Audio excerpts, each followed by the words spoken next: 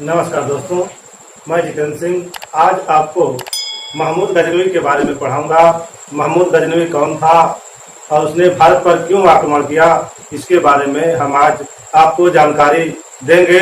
सबसे पहले हम यह जान लेते हैं कि भारत आने वाले पहले मुस्लिम कौन थे? अरब थे। जबकि भारत में मुस्लिम सत्ता की स्थापना करने वाले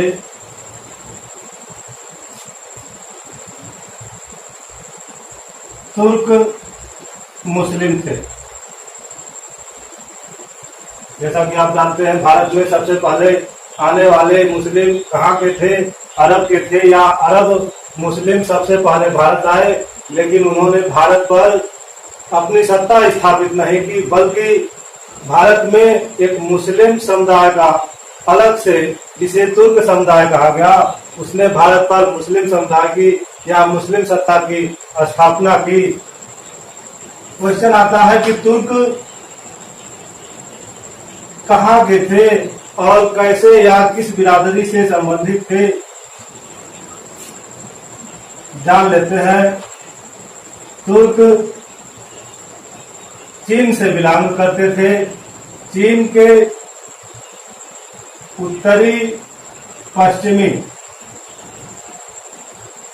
उत्तरी पश्चिमी सीमावर्ती क्षेत्रों में तुर्क जनजाति या तुर्क रहते थे, जो असभ्य एवं बर्बर जाति के रूप में विख्यात थे। इन्हीं तुर्कों के द्वारा भारत में मुस्लिम सत्ता की स्थापना की गई। थोड़ी सी जानकारी हम ले लेते हैं कि सबसे पहला तुर्क शासक कौन था और उसने अपने साम्राज्य की स्थापना कहां पर की।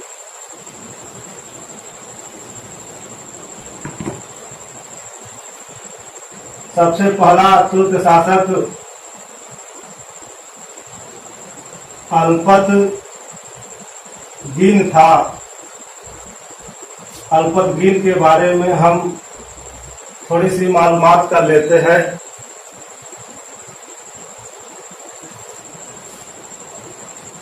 बुखरा के सामानी साम्राज्य का एक शासक था, जिसका नाम अब्दुल मलिक था।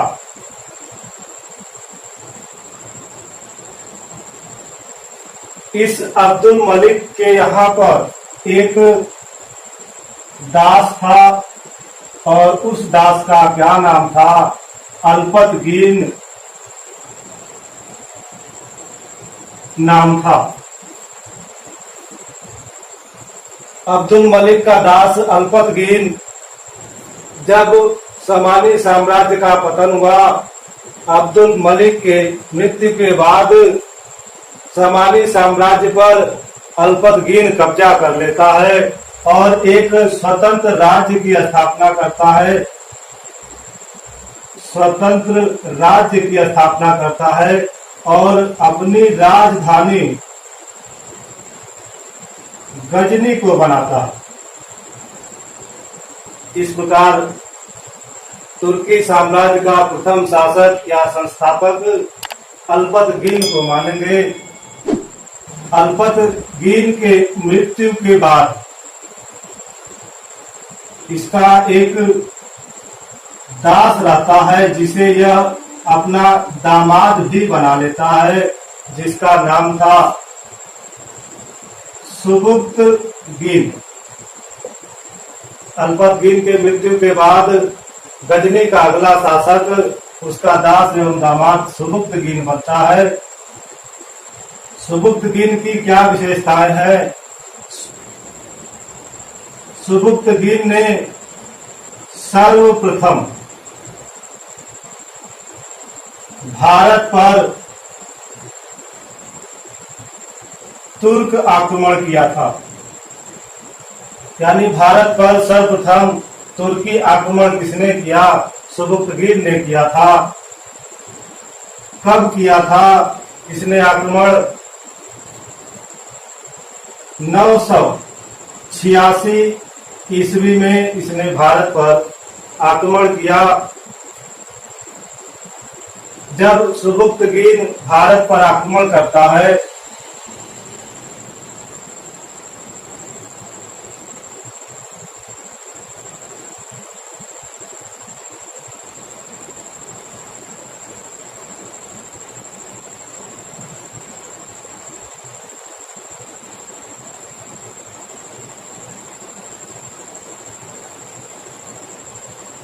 देखिए, जब सुबुक्तगीन भारत पर आक्रमण करता है तो भारत की स्थिति क्या रहती है? सुबुक्तगीन भारत के पूर्वोत्तर क्षेत्र पर आक्रमण करता है और यह पूर्वोत्तर क्षेत्र किसके अंतर्गत आता है? हिंदू शाही राजवंश। हिंदू शाही राजवंश का एक शासक होता है जयपाल। हिंदू शाही शासक जयपाल का शासन होता है भारत के उत्तर पश्चिमी क्षेत्र पर। इसी क्षेत्र पर सुबुक्तगीन के द्वारा आक्रमण किया जाता है। तो सुबुक्तगीन ने सर्वप्रथम हिंदू शाही शासक जयपाल के विरुद्ध आक्रमण किया। इस आक्रमण में जयपाल की हार होती है। हार जाने के बाद जयपाल और सुबुक्तगीन में संधि होती है। जयपाल उससे कहता है, आप हमसे धन दौलत ले लो, लेकिन दोबारा आप हमारे राज्य पर आक्रमण मत करना। यह समझौता, यह संधि होती है दोनों शासकों के बीच में। उसके बाद सुबुक्तगीन अपने जीवन भर कभी इस क्षेत्र पर आक्रमण नहीं करता है। इसके बाद जब सुबुक्तगीन की मृत्यु होती है तो अगला शासक इसका बड़ा पुत्र जिसका नाम महमूद गजनवी रहता है, वह गजनी का शासक बनता है। अब महमूद गजनवी ने क्या नीति अपनाई, भारत पर क्यों आक्रमण किया, किस कारण आक्रमण किया, इसको देख लेते हैं। सबसे पहले हम यह देखेंगे कि महमूद गजनवी ने कौन कौन सी उपाधियां धारण की थी। महमूद गजनवी ने 3 उपाधियां धारण की। पहली गाजी की उपाधि धारण की, दूसरा बुत सिकन की उपाधि धारण की और तीसरा सुल्तान की उपाधि धारण की। बुत सिकन का अर्थ है मूर्ति को तोड़ने वाला। सुल्तान महमूद गजनवी वह पहला शासक है जिसने सुल्तान की उपाधि धारण की। तो सुल्तान की उपाधि सर्वप्रथम महमूद गजनवी ने धारण की। यह याद रखिएगा, महमूद गजनवी को खलीफाओं के द्वारा 2 और उपाधियां दी जाती हैं। कौन कौन सी? खलीफा के द्वारा पहली उपाधि है यामिन उद दौला की उपाधि दी जाती है, जबकि दूसरी उपाधि आमिन उल मिल्लत की दी जाती है।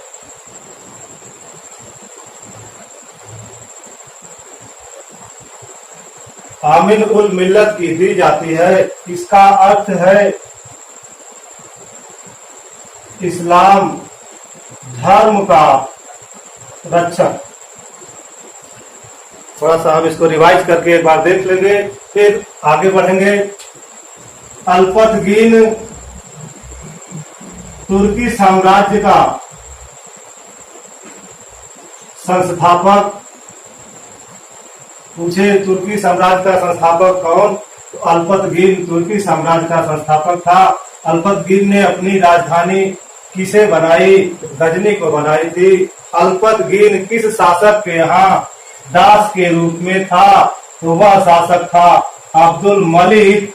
अब्दुल मलिक किस साम्राज्य से संबंधित था? सामानी साम्राज्य से संबंधित था। यानी अब अल्पतगीन सामानी साम्राज्य में एक दास के रूप में जीवन निर्वाह कर रहा था। अल्पतगीन के बाद उसका दामाद और दास सुबुक्तगीन गजनी की गद्दी पर बैठता है। सुबुक्तगीन भारत पर प्रथम तुर्क आक्रमण करता है। क्वेश्चन आता है कि भारत पर सर्वप्रथम किस तुर्क ने आक्रमण किया था? तो सुबुक्तगीन ने किया था। सुबुक्तगीन ने भारत पर किस सन में आक्रमण किया? तो 986 ईस्वी में। कहीं कहीं यह डेट 987 ईस्वी दी जाती है। सुबुक्तगीन अपना प्रथम अभियान या सर्वप्रथम वह हिंदुशाही शासक जयपाल के विरुद्ध अभियान करता है, जिसमें जयपाल की हार हो जाती है और सुबुक्तगीन तथा जयपाल में एक संधि हो जाती है। इस प्रकार पूछे कि सुबुक्तगीन भारत के किस क्षेत्र पर सर्वप्रथम आक्रमण किया था? तो सुबुक्तगीन ने भारत के उत्तर पश्चिमी क्षेत्र पर आक्रमण किया था। सुबुक्तगीन की मृत्यु के बाद उसका बड़ा पुत्र महमूद गजनवी गजनी के गद्दी पर बैठता है। महमूद गजनवी ने 3 उपाधियां धारण की। एक गाजी की, दूसरा बुद्ध सिकन की और तीसरा उसने सुल्तान की उपाधि धारण की। सर्वप्रथम सुल्तान की उपाधि धारण करने वाला शासक कौन था? महमूद गजनवी था। पूछा जाता है बुद्ध सिकन किसकी उपाधि थी? याद रखिएगा महमूद गजनवी की उपाधि थी। महमूद गजनवी को बगदाद के खलीफा ने 2 उपाधियां प्रदान की।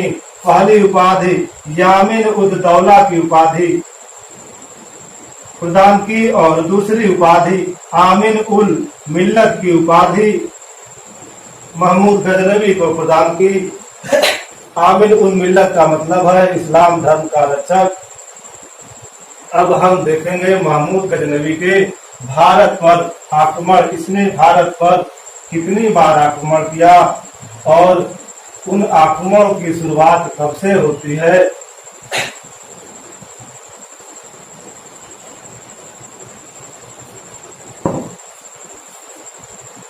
महमूद गजनवी ने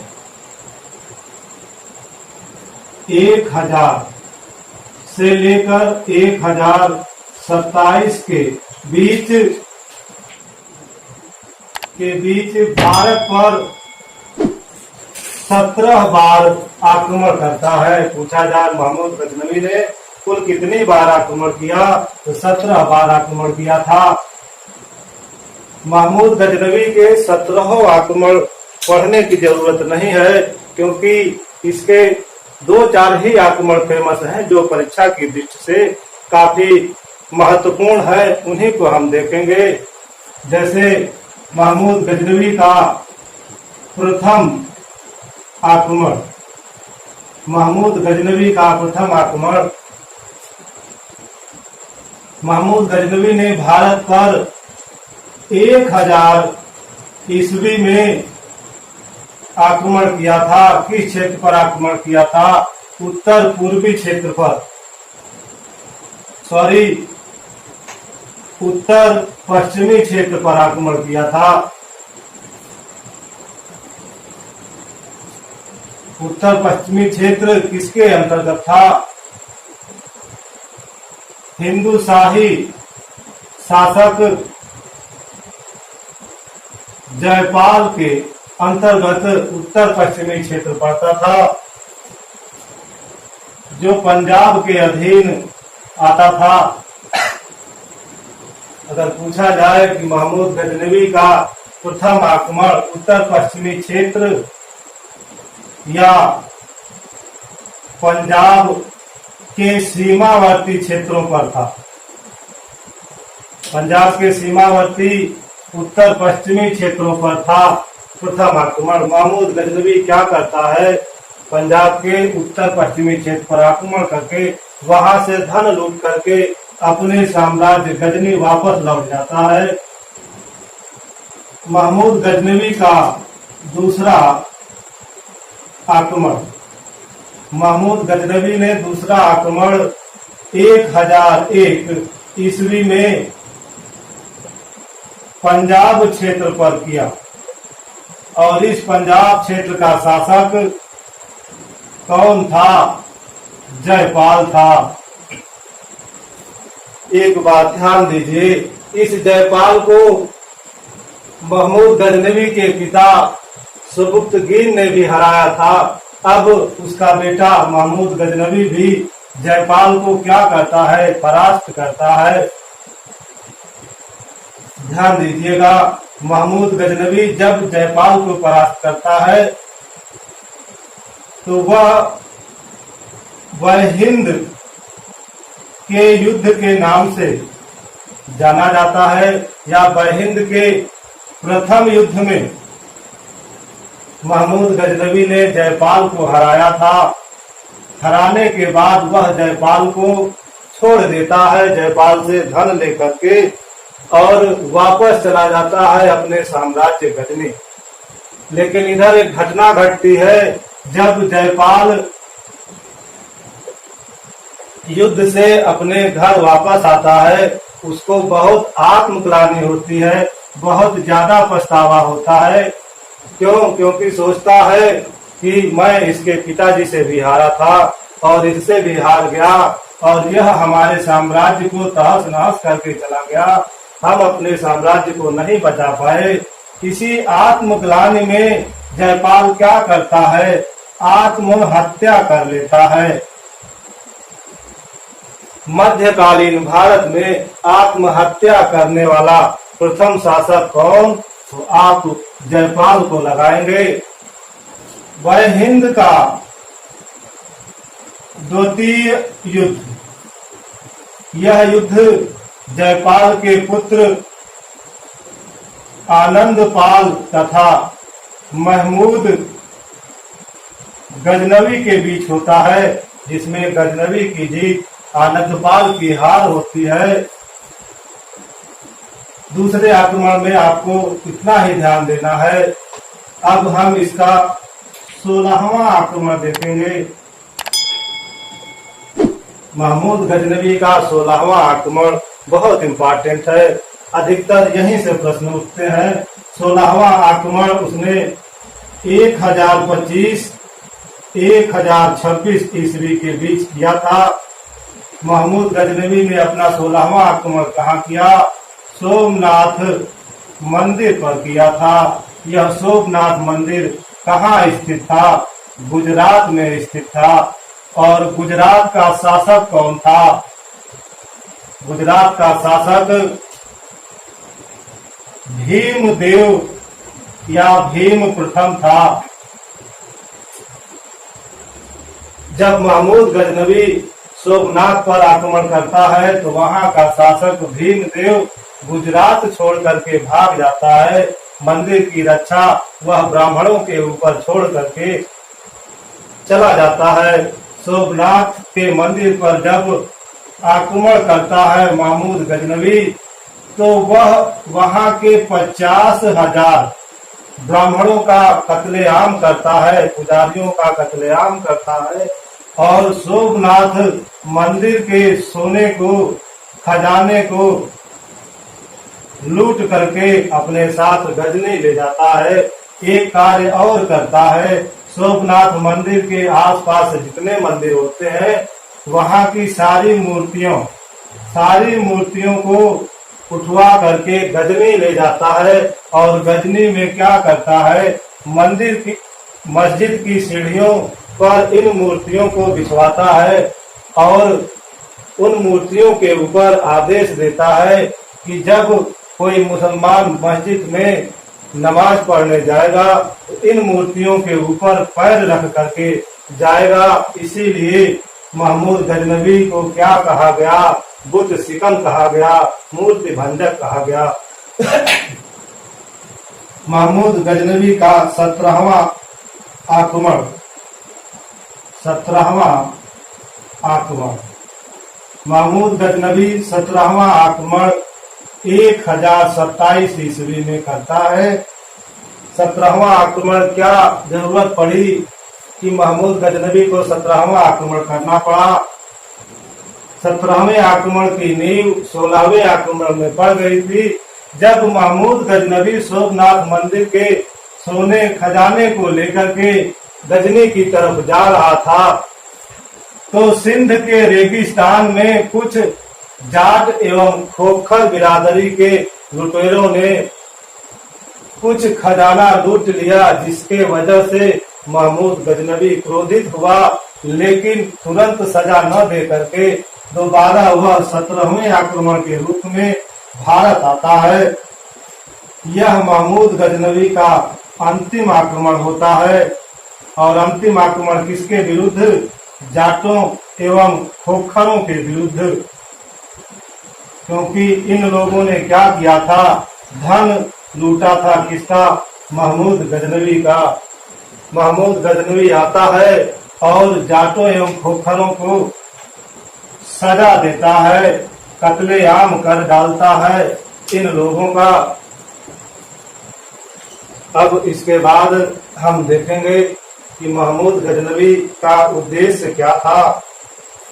भारत पर आक्रमण करने का सबसे ज्यादा पूछा जाने वाला प्रश्न उद्देश्य था। महमूद गजनवी का भारत पर आक्रमण करने का सबसे ज्यादा उद्देश्य धन की प्राप्ति करना था, ताकि वह इस धन से अपने साम्राज्य गजनी का विस्तार कर सके।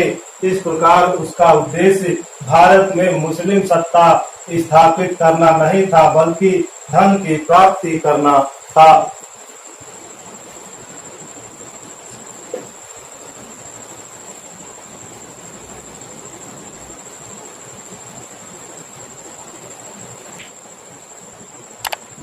अब देख लेते हैं महमूद गजनवी के दरबारी विद्वान। महमूद गजनवी के दरबारी विद्वानों में सबसे पहला विद्वान अल बरूनी था। सबसे पहला विद्वान अल बरूनी, जिसने किताब उल हिंद की रचना की। किताब उल हिंद की रचना की। अल बरूनी प्रथम विद्वान या प्रथम मुस्लिम था जिसने पुराणों का अध्ययन किया था। क्वेश्चन आया भी है कि पुराणों का अध्ययन किस मुस्लिम विद्वान ने किया था? अल बरूनी ने किया था। अल बरूनी संस्कृत भाषा का ज्ञाता था। अल बरूनी ने खगोल शास्त्र, भूगोल, चिकित्सा, औषध आदि के क्षेत्र में ज्ञान प्राप्त किया था। इसके बाद अगला उसका दरबारी विद्वान बैहाकी था। बैहाकी ने तारीख ए सुबुक्तगीन की रचना की। तारीख ए सुबुक्तगीन की रचना की थी बैहाकी ने। बैहाकी को पूर्व का होमर कहा गया। पूर्व का होमर नहीं, पूर्व पेप्स की उपाधि दी गई। इस प्रकार बैहाकी तारीख सुबुक्तगीन की रचना करता है और उसे किसकी उपाधि दी गई थी? पूर्व पेप्स की उपाधि उसे दी गई थी। इसके बाद अगला दरबारी विद्वान फिरदौसी था। फिरदौसी की कहानी बड़ी दिलचस्प है। फिरदौसी ने शाहनामा नामक पुस्तक लिखी और इसे पूर्व का होमर कहा गया। पूर्व का होमर किस विद्वान को कहा गया? फिरदौसी को कहा गया। और शाहनामा पुस्तक किसने लिखी? फिरदौसी ने लिखी। बड़ी दिलचस्प कहानी है। महमूद गजनवी ने फिरदौसी से कहा कि तुम हमारे और हमारे साम्राज्य के बारे में एक पुस्तक लिखो, उसके बदले हम तुमको 60,000 सोने की मुद्राएं देंगे। फिरदौसी ने कहा ठीक है। फिरदौसी ने जब शाहनामा की रचना पूरी कर दी तो वह इस पुस्तक को लेकर महमूद गजनवी के पास जाता है और महमूद गजनवी क्या करता है कि जैसा कि उसने कहा था 60,000 सोने की मुहरें देने का, वह इसके बदले क्या करता है? चांदी की मुहरें फिरदौसी को देता है। फिरदौसी यह देख करके क्रोधित हो जाता है और चांदी का सिक्का नहीं लेता और उसका राज्य छोड़ करके बाहर चला जाता है दूसरे देश की तरफ। कुछ दिनों बाद जब महमूद गजनवी को अपनी गलती का एहसास होता है तो वह 60,000 सोने के सिक्के फिरदौसी के पास भिजवाता है, लेकिन उसका कोई फायदा नहीं होता क्योंकि 60,000 सिक्के लेकर के जब सैनिक उसके दरवाजे पर पहुंचते हैं तो क्या देखते हैं कि फिरदौसी का शव उसके दाह संस्कार के लिए, दफनाने के लिए तैयार किया जा रहा था, यानी उसकी मृत्यु हो चुकी थी। चौथा लेखक है या चौथा विद्वान उत्बी। चौथा विद्वान उत्बी है जो शाही इतिहासकार था। क्वेश्चन पूछ लिया जाए कि महमूद गजनवी का सरकारी इतिहासकार कौन था तो आपको क्या लगाना होगा? उत्बी लगाना होगा। इसने किताब उल यामिनी की रचना की थी। किताब उल यामिनी की रचना किसने की? उत्बी ने की थी। इसने एक और पुस्तक लिखी, तारीख उल यामिनी की रचना की थी। इस प्रकार उत्बी 2 किताबों को लिखता है, किताब उल यामिनी, तारीख उल यामिनी। इसके बाद इसका अगला विद्वान फराबी होता है। फराबी दर्शन शास्त्र का विद्वान होता है। अगला विद्वान तुसी उनसुरी आदि विद्वान उसके दरबार की शोभा बढ़ाते हैं। इस प्रकार देखा जाए तो उसके दरबारी विद्वानों में अलबरूनी था जो महमूद गजनवी के साथ भारत आया था। क्वेश्चन आता है वह कौन विद्वान था जो महमूद गजनवी के साथ भारत आया था? अलबरूनी था। अलबरूनी ने कौन सी पुस्तक लिखी? किताबुल हिंद की पुस्तक लिखी। वह कौन मुस्लिम था जिसने पुराणों का अध्ययन किया? अलबरूनी था।